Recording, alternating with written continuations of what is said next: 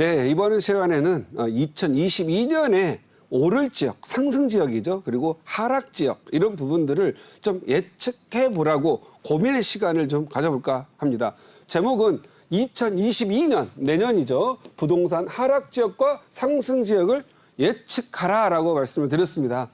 저는 늘 날이면 날마다 항상 여러분들한테 방송할 때 오늘이 중요한 게 아니고 과거가 중요한 게 아니다. 미래를 예측해야 된다. 이게 중요한 거죠. 제가 이런 얘기를 많이 했었습니다. 하나의 예를 들어보겠습니다. 어떤 A라는 지역에 갔더니 A라는 지역은 계속 가격이 내리는 거예요. 그리고 B라는 지역은 계속 보합세를 유지하는 거예요. 그리고 C라는 지역은 뭔지 모르지만 계속 가격이 오르는 거예요. 그런데 여러분들이 투자를 하려고 내 집을 마련하려고 어떠한 요 날 갔어요. 그러면 여러분들은 한번 생각해 보세요. A 지역을 살까요? 아니면 B 지역을 살까요? 아니면 C 지역을 살까요? 저는 여러분들은 만약에 A, B, C 순으로 갔다면 만약이죠. 이제 부동산 투자를 하려고 A, B, C 순으로 이렇게 지역을 방문하려고 했어요. 그러면 반드시 A부터 사게 됩니다. 왜냐하면 A 지역에 갔더니 물건을 소개하는 분이 여기는 많이 하락했고 다른 지역은 많이 올랐으니 여기는 저평가되었습니다라고 해가지고 귀를 솔깃하게 해서 얘는 더 저했으니 반드시 오를 겁니다라고 얘기를 해서 사게 됩니다. 귀가 솔깃하고 가슴이 뜨겁죠. 그래서 삽니다. 또 B, C 또는 B, A, C 이렇게 B를 먼저 방문하고 순서를 정했다면 B 지역에 갑니다. 이 지역은요. 그동안 내릴 때도 버텨왔고 오를 때도 잘 버텨왔습니다. 이제 시장이 좋아졌으니까 풍선효과로 이제 우리 지역이 오릅니다. 귀가 솔직하죠. 오른 다에다가 여기는 좋다. 그래서 삽니다. 마찬가지로 또 C 지역을 먼저 가가지고 A나 B를 다음에 가기로 했어요. C 지역에 가면은 여기 있는 사람들은 말도 더 잘합니다.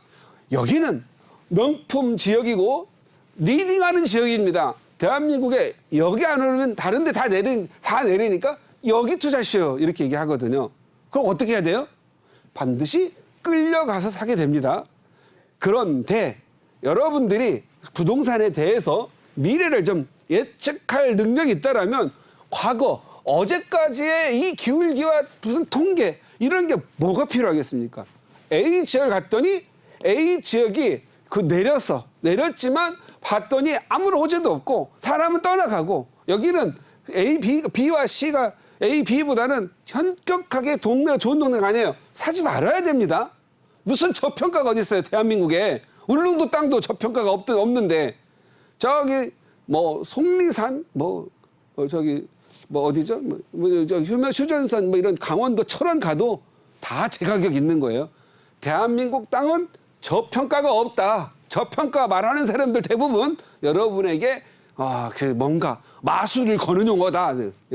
우리나라는 저평가가 없습니다. 그런데 하물며 이런 수도권, 서울에 저평가가 있겠어요? 저평가는 없습니다. 저평가는 장님을 눈이 어두운 사람 투자에 대한 초보를 갖다가 활용하는 용어다. 그래서 A 지역이든 B 지역이든 C 지역이든요. 오를 상승 요인과 하락할 요인이 무언지를 알고 투자하시기 바랍니다.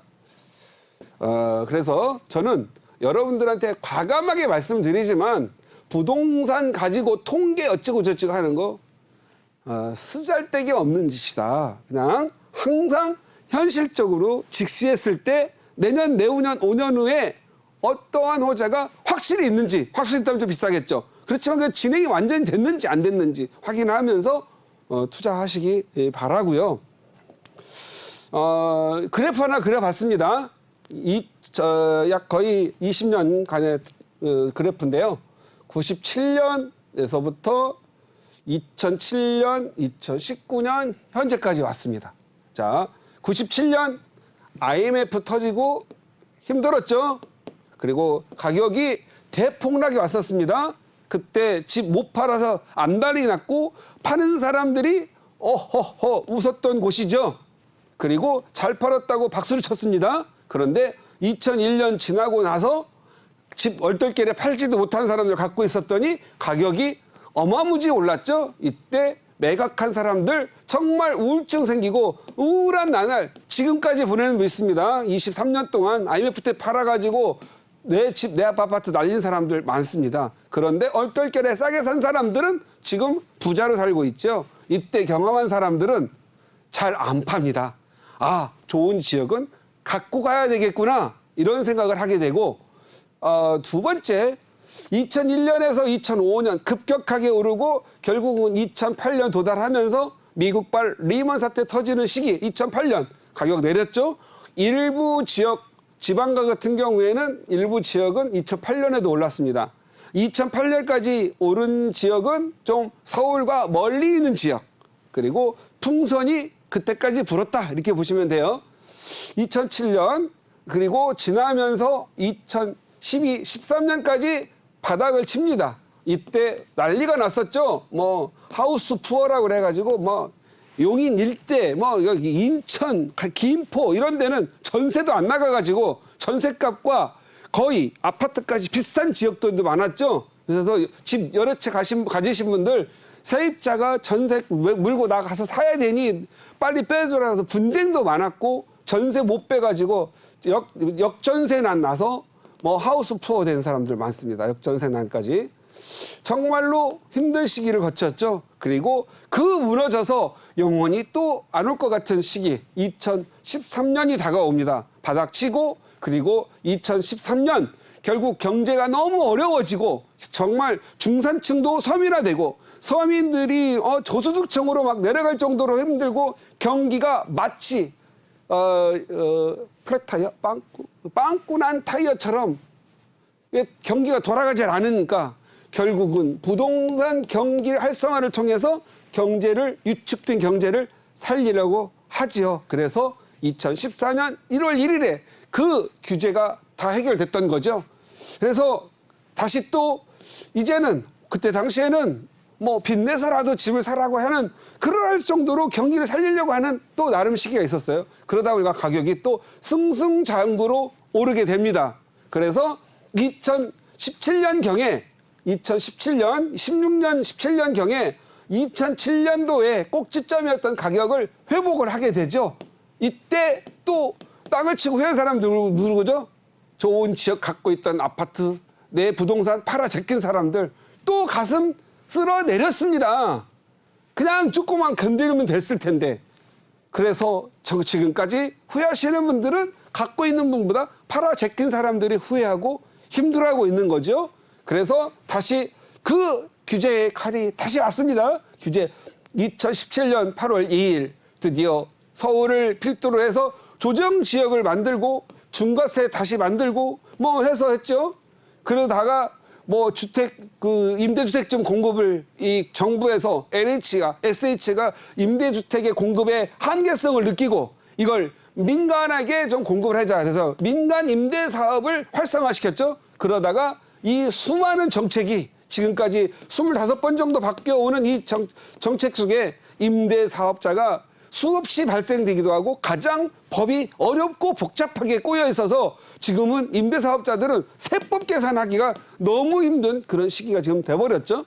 그런데 2019년 드디어 가격이 어느 정도 조정이 받는 듯 했습니다. 그런데 또 다시 정부의 정책이 발표되면서 이제는 내 집을 팔 수가 없구나. 그러면 걷어들여야지. 왜? 양도세 중과세가 무섭고 그다음에 이런저런 사유가 막 팔 수 없는 주택을 매각할 수가 없는 상황이 되고 결국은 박원순 시장 시절에 900 몇 개의 그 재개발 재건축 서울시에만 한 약 390 몇 개, 약 400개 정도의 재개발 재건축이 해제가 다 돼버렸죠.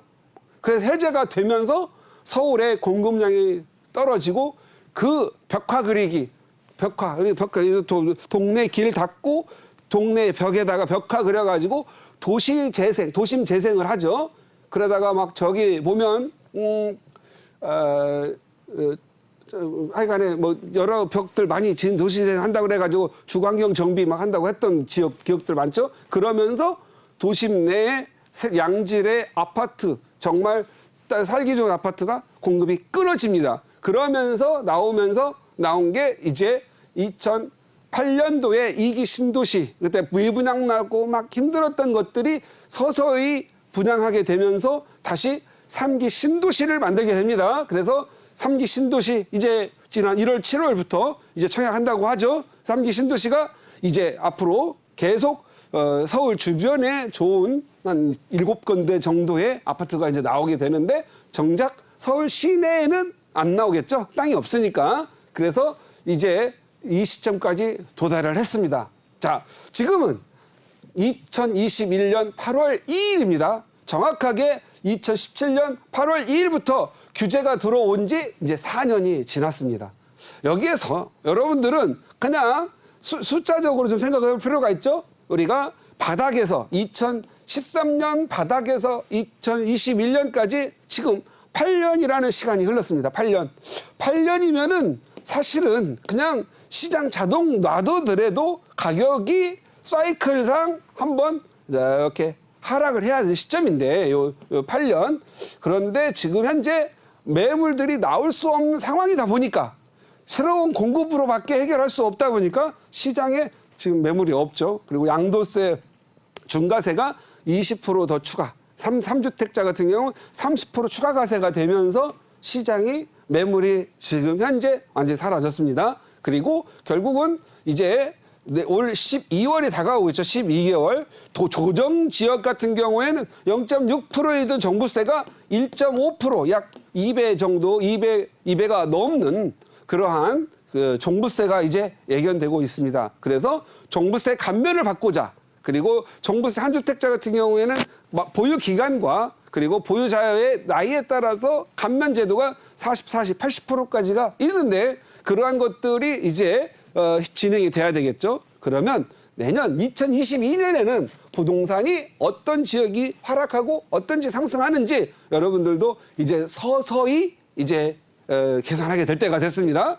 그래서 이렇게 팔기가 힘들고 또 여러 다주택자가 됐을 때 규제가 심하고 세금이 세질 때는 어떡하죠? 그 시쳇말로 맨날 하는 말, 똑똑한 한 채로 아니면 소위 말하는 상급지 이런 쪽으로 갈아타게 되겠죠. 그러면 요 갈아타는 과정, 내년에 종부세를 맞으면서 어이쿠 하면서 물건이 나올 지역과 나오면 또 갈아타서 채우는 지역이 있겠죠. 그래서 내년 1월과 상반기에는 아마도 일부 버틴 사람들이 이제 한번 이제 맞았잖아요. 그러면 이제 버티고 있다가 내년 6월 또 다시 6월 1일이 되면 재산세와 또 재산세가 나오고 2012월 사이면 종부세 문제가 나오겠죠. 그 사이에 무언가 생기겠는데 이게 서울이나 광역도시, 제주 요 서울과 광역도시 5대 주요 광역도시 제주는 어떤 것이죠? 지구가 무너져도 행정도시가 소멸되지 않는 지역, 그리고 지방에서도 일부 대형 도시는 계속 인구가 존속되거나 늘어날 수밖에 없는 지역이죠. 이런 지역들은 여전히 상승세를 이어갈 걸로 보입니다. 그중에서도 똑똑한 한 채와 또 상급지에 향한 그러한 마음은 심리적 안정을 하기 위해서 상급지는 올라갈 걸로 보입니다. 반면에 그 주변에 인근에 있는 아파트이거나 경계에 놓인 지역들은 일부 하락 현상 내지 중간에 보합도 예상되는 지역이 있을 걸로 보여집니다. 그래서 제가 봤을 때는 과연 똑똑한 채가 어떤 규모로 갈 거냐? 그래서 교통적인 측면도 있겠고 무엇보다도 이제는 정시 모집 또 대학의 정시 모집이 확대된다고 하잖아요. 그렇기 때문에 결국은 학군과 중심으로 또 다시 모여들 걸로 보여집니다. 그래서 학군 좋고 교통 지역 쪽으로는 상승이 예상이 되고 여기에서 소외된 지역들은 하락할 걸로 보여집니다. 그러면 애매하고 중간적인 도시 이런 데는 보합세를 유지할 겁니다. 그래서 서울 광역시 및 일부 대형 도시 이런 경우는 상승, 하락, 보합이 이 세 가지가 공존하는 형태로 가게 될 걸로 보여집니다. 그리고 지금 현재 이런 도시가 아닌 지역이지만 지역이 좀 활성화되고 좋아지는 지역 있죠. 상업지의 개발이라든가 업무지, 또 테크노밸리, 그다음에 GTX, 또 지하철 이런 호재들, 이런 상업과 테크노밸리라든 산단이 들어서는 지역은 일부는 상승, 극히 일부입니다. 많이 이제 좁아지면서 상승이 되는데 보합을 이루어질 걸로 보여집니다. 그런데 거기에서 제외된 지역들, 이렇게 극히 일부 지역들은 과대한 하락이 있어질 수가 있다. 왜 그렇죠? 이렇게 다주택자들은 자기 집은 좋은 데 갖고 있고 조금 그냥 투자로, 단기 투자로 갔던 분들은 이제 풍선 효과가 꺼질 때 팔고 나와야 되죠. 그러다 보면 한번 나오게 되면 매각 러시가 이루어지면 매물이 많이 나와지고 시장에서 먼저 팔려고 하기 때문에 과격한 조금 하락세가 좀 세질 수도 있다라고 생각을 하시면 될 것 같고요. 이렇게 서울 및 지하철 호재가 있는 지역 예외 지역 중에서는 많이 상승한 지역일수록, 그리고 그런 지역일수록 공급량이 지금 많이 늘어나고 있어요. 뭐 보금자리도 늘어가고 또 개별적으로 2기 신도시에서 뭐 그때 5만 세대, 4만 세대 적재된 지역 이번에 3기 신도시 나오기 어떻게든 떨어야 되잖아요. 물량이 많이 나옵니다. 그래서 2기 신도시도 조금 위험할 수도 있겠고, 그 2기 신도시보다 멀리 있는 지역이나 비슷한 지역에 있는 지역 중에 안정이 안 된 도시 이런 것들은 많이 이 가격이 올랐던 지역들은 오히려 공급이 많은 지역이 돼서 많은 하락이 예상될 것 같습니다. 그래서 지금 여러분들은 이제 마구 투자하는 것보다, 마구 내 집 마련하는 것보다 이제는 이 시장 자체가 내년부터는 선별적으로 대응을 잘해야 된다. 그래서 뭐 대세 하락이니 뭐 대세 상승 이거 관계없이 아까 우리 김진주 아나운서님이 말씀드렸던 남들 대세 상승기에 남들 1억일 때 나는 3억 올라야 되고, 또 대세 하락기일 때 남들 내릴 때 나는 1억이라도 오른 지역이거나 안 떨어질 지역을 선택하는 거 이거 매우 중요하겠다. 그래서 여러분들이 내년에는 좀 머리가 복잡한 시장이 될 걸로 예상이 됩니다. 그래서 여러분들은 좋은 지역에 그리고 오를 지역 잘 선별하셔가지고 적어도 우리 시청자분들만큼이라도 이 하락장에서도 가격이 오르고 안정된 그러한 주거를 잘 마련했으면 좋겠다. 이런 말씀 드리면서 마치도록 하겠습니다.